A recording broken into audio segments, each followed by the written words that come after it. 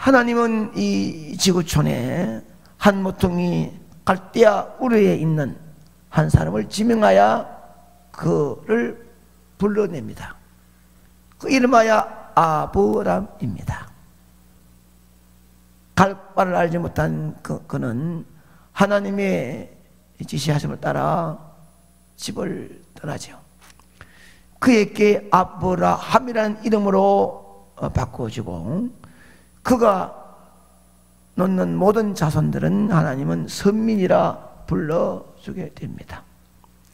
그 선민으로 이스라엘 백성들은 하나님을 섬기며 하나님의 말씀대로 신앙생활을 하게 됩니다.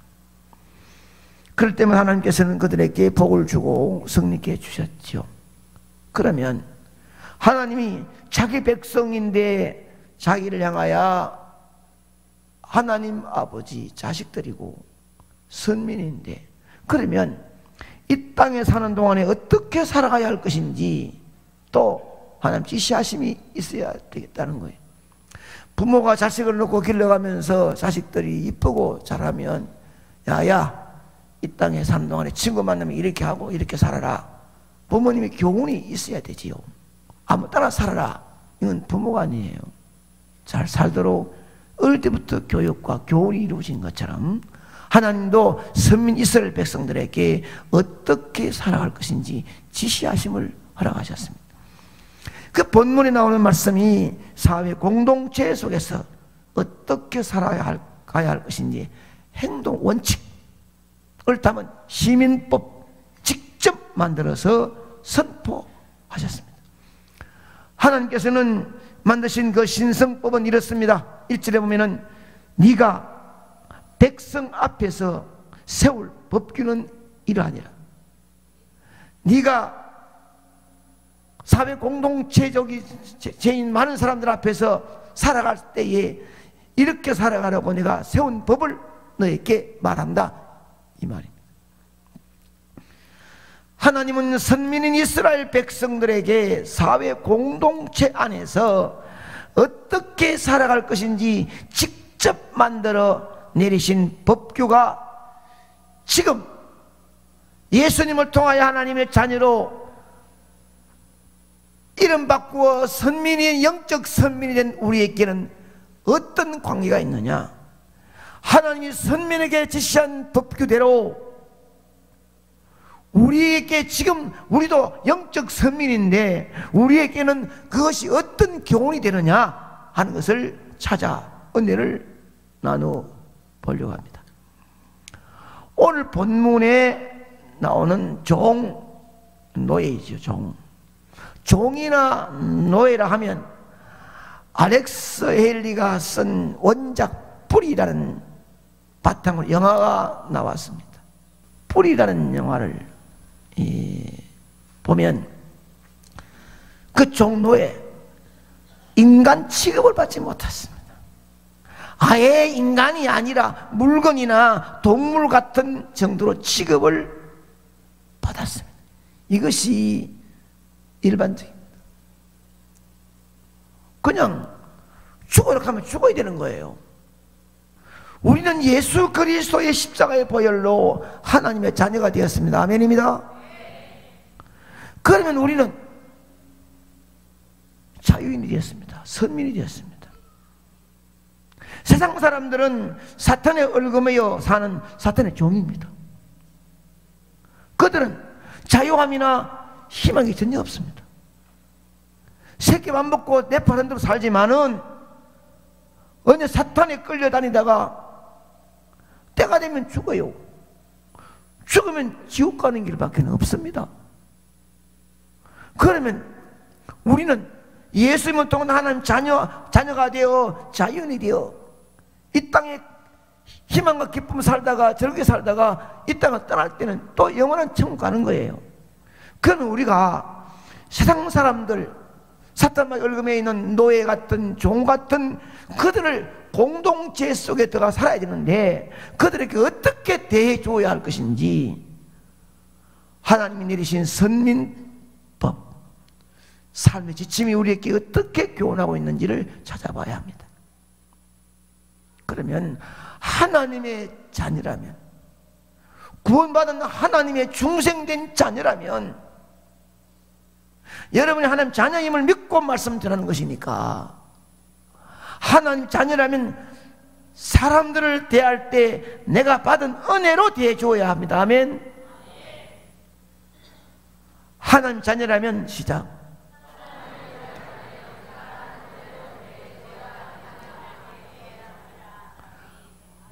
세상 나가서 사회 공동체 속에 살 때 하나님 자녀로서 어떻게 그들과 살아가야 될 것인지, 대해줘야 될 것인지를 알아야 되는 거예요.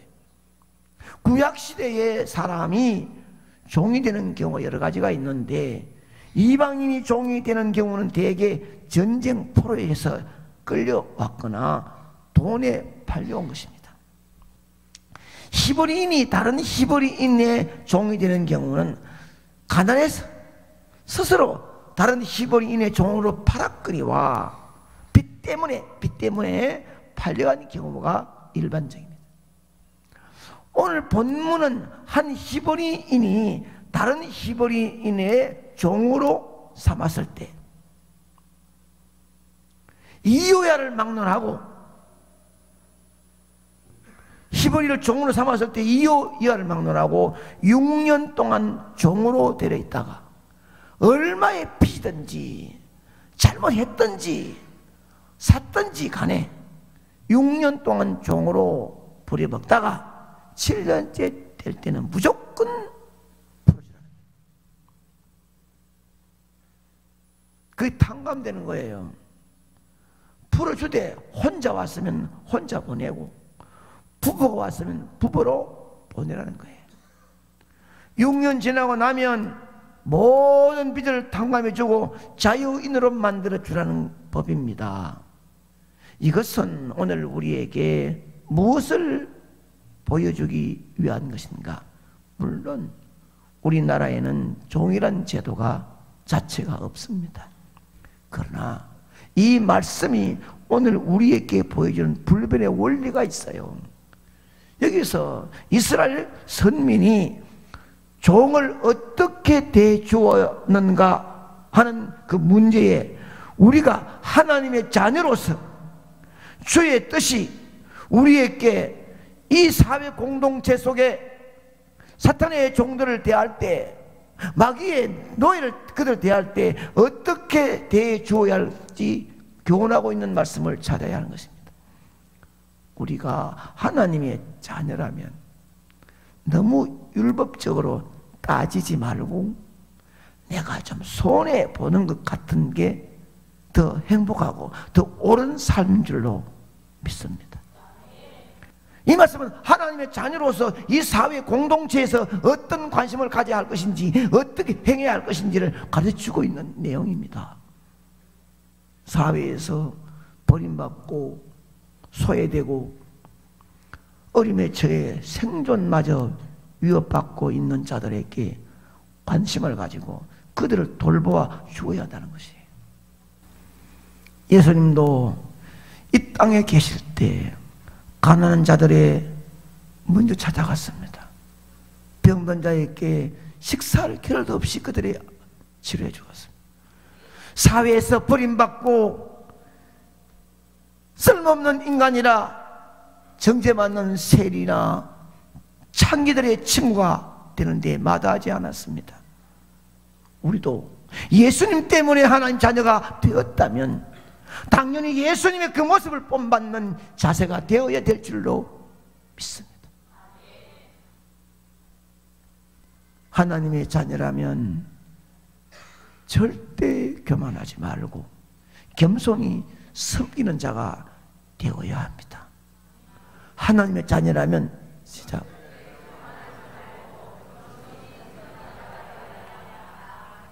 여러분, 예수 몇 년 믿었습니까? 믿어오는 동안에 겸손하라, 교만하지 말라 얼마나 많이 들었습니까?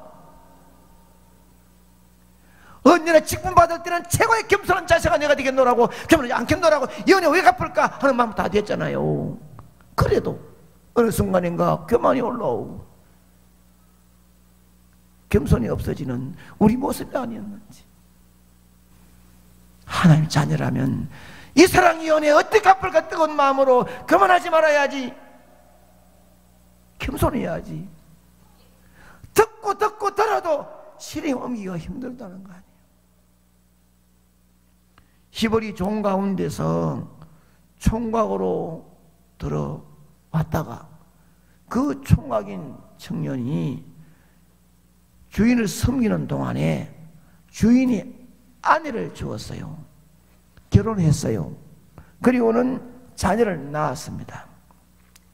그런 경우에는 6년이 지나고 7년째 자연이 될 권리가 있습니다. 그것은 하나님이 보장된 권리예요. 그런데 이 경우는 문제가 다릅니다. 네 혼자 왔으니 혼자 떠나라는 거예요. 아내와 자식은 남겨놓으라. 7년째 혼자 가라는 거지. 혼자 왔으니까. 주인은 말합니다. 네 아내는 내가 주었고 자식은 내 집에서 났으니 모두 내 것이다. 네 혼자 가라는 거예요. 만일 여러분이 그 남편 같으면 어떻게 하겠습니까? 에라 모르겠다. 얼마나 고생 많았는데 마누라 때려쳐버리고 자식 때려쳐버리고 나는 자유인으로 한번 살아보겠다 하고 자식 부인 놓고 나가겠습니까? 그런 사람도 그 당시 있었을지 모르지만 가만히 생각해 보면 정말 쓸모없는 나를, 노예 같은 나를, 불쌍한 나를 비참하게 죽어야 됐는데 주인이 아내를 주어 결혼시켜 주었고 때가 되면 멋진 아들과 이쁜 딸이 태어나 날 기쁘게 주었다. 자기 자식들을 너무 사랑하여 자유의 몸으로 풀려나는 것을 스스로 포기하고 내 혼자 가서 자유롭게 사는 게 아니다. 내 피를 받은 자식들, 나와 함께 살았던 아내를 생각해 스스로 송곳으로 기가 뚫히는 아픔을 감수하면서까지 사랑의 포로가 되어 영원히 종으로 남기를 자처하는 장면 상상해 보십시오. 얼마나 애틋하고 얼마나 감동되지 않을 수 있겠습니까? 니 나가 살아라. 자유이다. 아닙니다. 주인님, 내 아내를 주고 자식 낳았으니 영원히 죽을 때까지 이 집의 종이 되겠습니다 하고 송곳으로 귀구멍을 뚫는 거예요. 여러분, 살한 자들을 위하여 이것보다 더 큰 희생도 마다하지 않는 분이 계시니 바로 예수 그리스도이십니다. 예수님은 빚에 의해 종이 되신 분도 아니요, 그런 존귀하신 하나님의 아들이셨습니다. 그런데도 사랑하는 자기 백성들과 함께 그들의 죗값을 치루어 자유인을 만들고 싶어 이 땅에 영광스러운 보좌를 내놓으시고 저는 종의 모습으로 이 땅에 오셨습니다. 더군다나 그분은 송곳으로 길을 뚫히는 아픔 정도가 아니라 십자가에서 손과 발에 못이 박히고 옆구리에 창을 찔리는 큰 고통을 치르면서까지 마침내 죽임을 당하셨습니다. 그뿐입니까? 사실 예수님께서 그런 고통과 희생을 당하면서까지 구원하고자 하는 사람이 자신의 가족이나 자신의 친척이 아니라 바로 죄로 인해 죽을 수밖에 없었던 벌레 맛도 못한 우리 자신이 아닌가 하는 것입니다. 우리를 위해서, 하나님 자녀로 만들기 위해서 엄청난 흔적을 남기셨다면 우리는 예수님의 십자가 흔적만 보고도 감격스러운 마음으로 겸손해지지 않을 수가 없고 엎드려 순종으로 섬기지 않을 수가 없는 줄 믿습니다. 여보, 아빠, 우리 때문에 그 자유스러운 마음을 포기하고 스스로 귀에 구멍을 뚫었으니 그걸 볼 때마다, 아빠의 그 귀에 뚫힌 구멍을 볼 때마다, 남편의 구멍을 볼 때마다 스스로 종이 되기를 자처했던 남편과 아빠를 위해서 얼마나 고마운 마음, 얼마나 감사한 마음이 얼마나 끌어오르겠습니까? 우리는 예수 그리스도의 보배를 피해 얻어 자녀가 되었다면 순간마다 양손나무의 못을 박힌 흔적을 바라보고 옆구리 창자국을 바라보면서 스스로 겸손하지 않을 수 없고 고마운 마음을 숨기지 않을 수가 없다는 것입니다. 십자가 보일로 구원받은 우리는 그리스도 사랑에 감격해서 진짜 감격해서 주님, 제가 한평생 당신을 나의 주인으로 섬기겠습니다. 이 고백밖에 더 있겠습니다. 진심으로 가슴이 끓어 뜨거운 마음으로 주님, 제가 한평생 당신 나의 주인으로 섬기겠습니다. 당신 나이면은 내가 어떻게 되겠냐 말이야. 고백하지 않을 수 없습니다. 여러분, 만약 여러분이 예수님이 아니었다면은 아름다운 이 자리에 앉아있겠습니까? 집사님, 권사님, 장로님 이름 듣겠습니까? 찬양도 앉아있겠습니까? 어찌하다 여러분을 부름받아가지고 예수님이 여러분 때문에 죽었다는 사실을 믿고 예수님 때문에 하는 아버지라 부를 수 있는 자식이 되었다면 평생 동안 예수의 흔적을 바라보면서 나의 주인으로 내가 서겠습니다. 꿇는 무릎에 겸손하지 않을 수가 없다는 거예요. 이 고백이 안 나올 수가 없다는 거예요. 주님의 뜻이라면 이 종은 무조건 아멘 하겠습니다. 아멘. 무슨 짠말이 많아요, 무슨 험담이 많아요, 내 생각이 어때 많아요. 주님의 뜻이라면 무조건 아멘이죠. 생명을 다해 주님을 섬기겠습니다. 이 고백, 저는 달려왔던 목회 생활을 시작하면서도 어찌 이 은혜를 갚아야 할 것인지를 몰라서 그저 생명을 다했습니다. 이 장면을 바라본 자식들은 외롭고 힘들었지만은 아들 된 목사는 아버지가 저의 우상입니다. 저의 멘토입니다. 아버지 다 압니다. 눈물게 무릎 꿇어 걸어왔던 일을 다 압니다. 어머니 외로웠지만은 힘써 주님 사랑하는 마음을 압니다. 자식에게 부모가 걸어왔던 신앙 믿음 생활이 박수 받을 수 있다면 이보다 행복하며 어디 있겠습니까?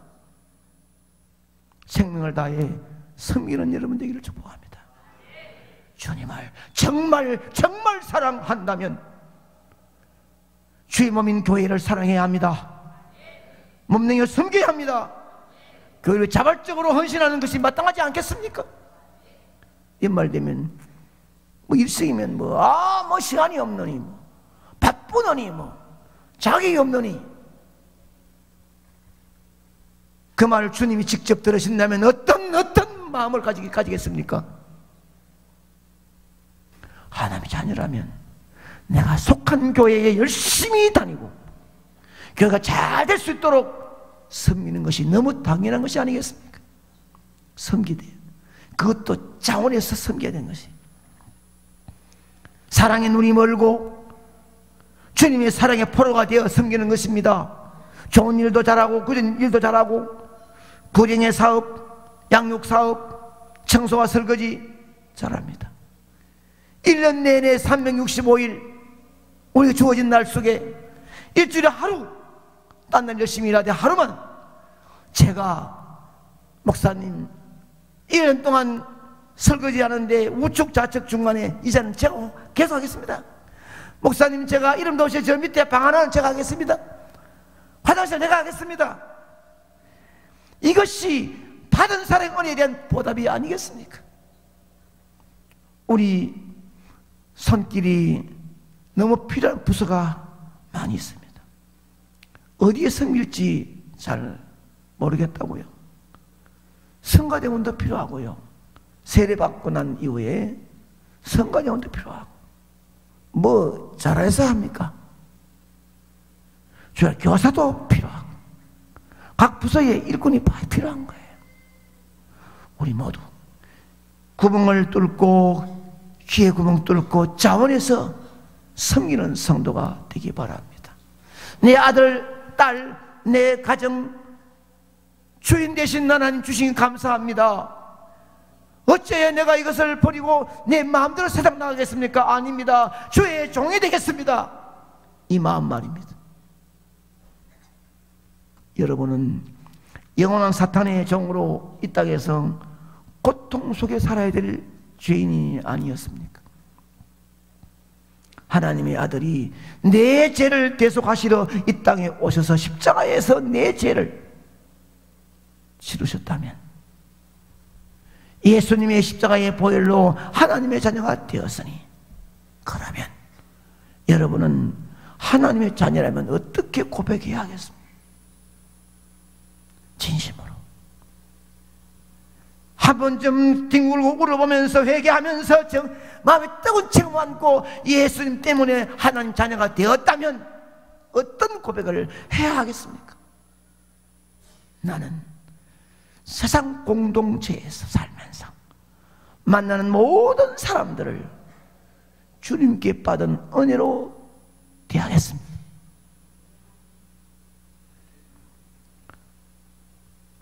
여러분 하나님 자녀라면 시작. 나는 세상 공동체에 살면서 만나는 모든 사람들을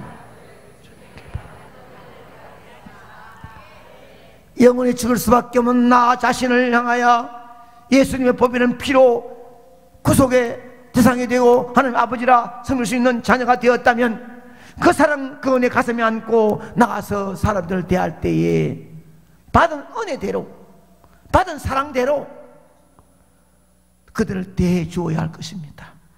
화내지 않도록, 짜증내지 않도록, 내가 손해보고 내가 희생하더라도 받은 그 은혜를 갚는 삶을 살길 바랍니다. 1만 달란트에 탕감 받았으면 100대 내려온 돈도 아니에요. 그러니 그런 마음으로 세상 사람들을 대해 주시기를 축복합니다. 여러분 하나님 자녀라면 마지막 한 가지는, 나는 절대로 교만하지 아니하겠으며 자원해서 말씀에 순종하고 겸손히 섬기는 자가 되겠습니다. 시작. 하지 아니하겠으며 자원해서 말씀에 순종하고 겸손히 섬기는 자.